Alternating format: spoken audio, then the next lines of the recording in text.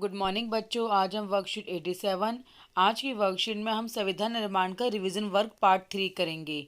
आइए चलिए देखते हैं आज की वर्कशीट में हमें क्या क्या दिया है। बच्चों आज की वर्कशीट में भी हमें एमसीक्यू मल्टीपल चॉइस के क्वेश्चन आंसर दिए गए हैं और हमें एक फिल इन द ब्लैंक्स दिया गया और पैराग्राफ दिया गया है और उसके अंत में कुछ प्रश्न दिए गए हैं जिनके उत्तर हमें अपनी किताब को पढ़कर देने हैं। आइए चलिए देखते हैं सबसे पहले मल्टीपल चॉइस के क्वेश्चन आंसर। प्रश्न 1, भारत में सभी धर्म समान है इसलिए भारत को कौन क्या कहते हैं। तो बच्चों इसका उत्तर है भारत को धर्मनिरपेक्ष राज्य कहती हैं क्योंकि यहाँ सभी धर्मों को समान महत्व दिया जाता है, बराबर का दर्जा दिया जाता है। प्रश्न 2, बिना किसी विदेशी व बाहरी दबाव के किसी देश द्वारा अपने फैसले लेना क्या कहलाता है। तो बच्चों इसका उत्तर है प्रभुत्व संपन्नता, यानी अपने फैसले खुद लेना।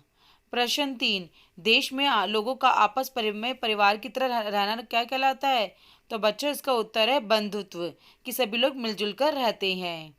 प्रश्न 4, फैसले लेने का सर्वोच्च अधिकार लोगों के पास होना क्या कहलाता है। संप्रभुता, क्योंकि यहाँ पे लोग अपनी सरकार भी खुद चुनते हैं, फैसले स्वयं लेते हैं। आइए चलो बच्चों इसके बाद देखते हैं समानता से आप क्या समझते हैं। प्रश्न 5, समानता से आप क्या समझते हैं। तो बच्चों भारतीय संविधान में दिया गया है कि किसी भी व्यक्ति के साथ भारत के नागरिक के साथ धर्म, मूल, वंश, जाति, लिंग, जन्मस्थान या किसी भी आधार पर कोई भेदभाव नहीं करेगा। यानी कानून की नज़र में क्या है, सभी व्यक्ति समान हैं, चाहे वो देश का राष्ट्रपति हो चाहे देश का आम नागरिक हो, सभी के लिए एक समान कानून बने हुए हैं।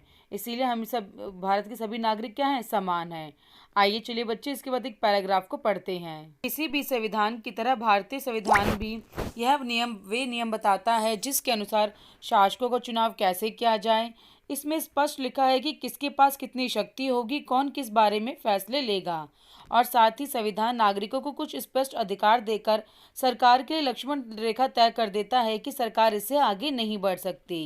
यानी बच्चों इसमें सरकार के शक्ति और अधिकारों के बारे में बताते हुए नागरिकों के अधिकारों के बारे में भी बताया गया है।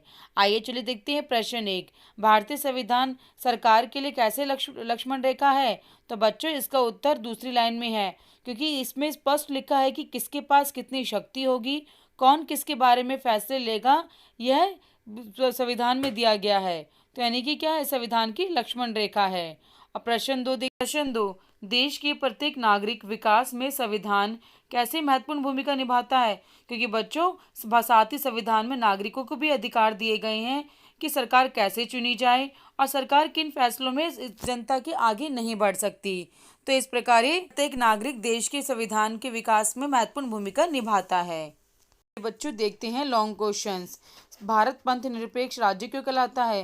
पंथ निरपेक्ष को हम धर्मनिरपेक्ष भी कह सकते हैं, क्योंकि बच्चों भारत एक ऐसा देश है जिसमें किसी भी व्यक्ति के साथ धर्म के आधार पे कोई भी भेदभाव नहीं किया जा सकता। सबको अपना धर्म मनाने की पूर्ण स्वतंत्रता है, लेकिन किसी दूसरे धर्म की बुराई नहीं करनी है। तो यानी कि भारत क्या है, धर्मनिरपेक्ष यानी पंथ निरपेक्ष राज्य है। आइए चलिए देखते हैं अगला प्रश्न। प्रश्न 8, संविधान की प्रस्तावना में किन बुनियादी मूल्यों को दर्शाया गया है।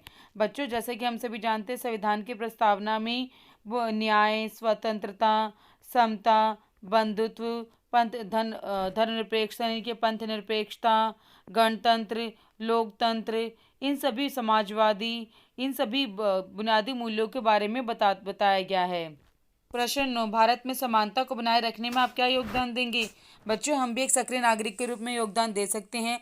अपने आसपास के लोगों को जागरूक करना, अपने जो क्लासमेट हैं, सहपाठी हैं, उनके साथ मिलजुल कर रहना, सभी आसपास के सांस्कृतिक कार्य में मिलजुल कर भागीदारी निभाना, सभी जाति धर्मों को बराबर का दर्जा देना, इस प्रकार हम समानता का व्यवहार कर सकते हैं।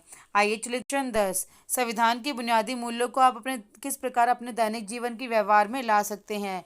बच्चों हम आसपास डेली रूटीन में होने वाले जो भी काम है समानता से संबंधित, जैसे कि किसी धर्म के आधार पर भेदभाव ना करना, सभी धर्म को मान्यताओं को आचरण को सम्मान देना, देश के लोकतंत्र में पूर्ण भागीदारी निभाना, देश के विकास के लिए फैसले लेना, प्रत्येक व्यक्ति गरिमा और राष्ट्र की अखंडता को सुनिश्चित करने वाली बात को बढ़ाना, यानी सभी नागरिकों को समान समझना, अपने आसपास सार्वजनिक स्थलों को गंदा ना करना और संविधान के नियमों कानून का पालन करना, और बच्चों मिलजुल कर रहना अपने क्लास में भी और घर के आसपास भी।